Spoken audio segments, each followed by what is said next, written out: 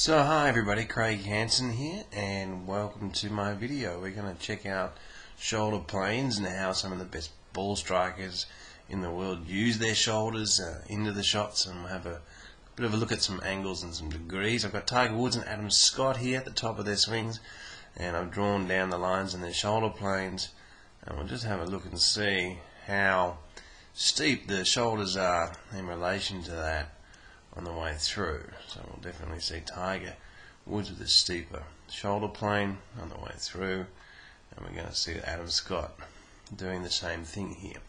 And we'll go through a couple more. It's interesting to look at them.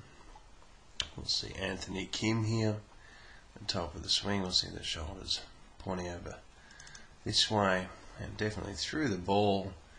Very, very steep shoulder planes coming through, so you're going to get some very, very low numbers from the right shoulder into the hip at under 40 degrees. Tiger Woods obviously being an extreme athlete and getting some of the lowest numbers ever seen. So it's always interesting looking at the real positions of the ball strikers and then comparing it to your own swing, and sometimes in wondering what angles or where are my lines or whereabouts am I.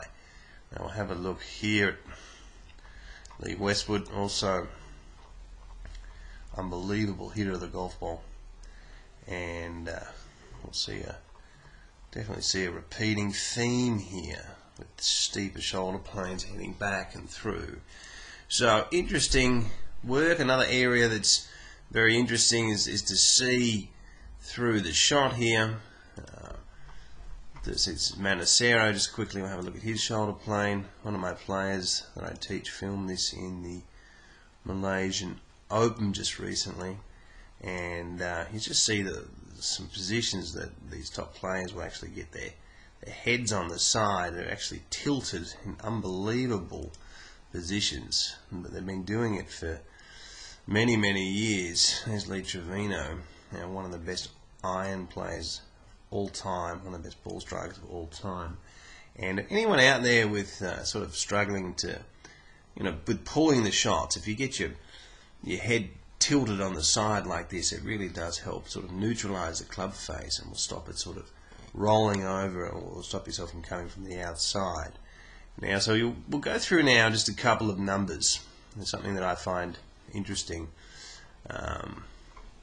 Most of these guys were some serious athletes. We've got Arnold Palmer from the shoulder down into the belt buckle at 33 degrees. We're looking at Tiger Woods, who probably gets it in there just about lower than anybody I've ever seen, in the low 20 degrees.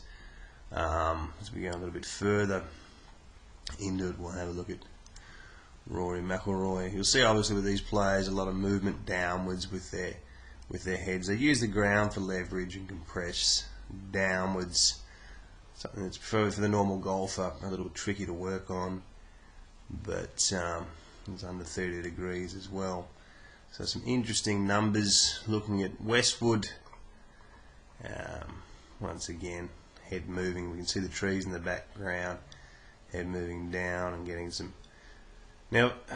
crazy numbers. Now for the club golf, if you can get a position like this one on the way back with a very tight looking swing. We'll have a look at the elbow touching the original shaft plane, and the left arm lower than the original shaft plane, and of course the club pointing down towards his feet. I mean, this is just about impossible to come from the outside with that type of position. Now if you've got most of your club golfers out there, you've got players sort of swinging back in sort of this fashion, where the grip's sort of pointing outside the ball as opposed to into this direction. And we all swing differently, and it's important to understand all the different characteristics that belong to different swings. Now if anyone's swinging back like Hunter Mahan, and it's probably on a handicap of 8, it's probably going to be difficult to sort of change the plane and steepen it, but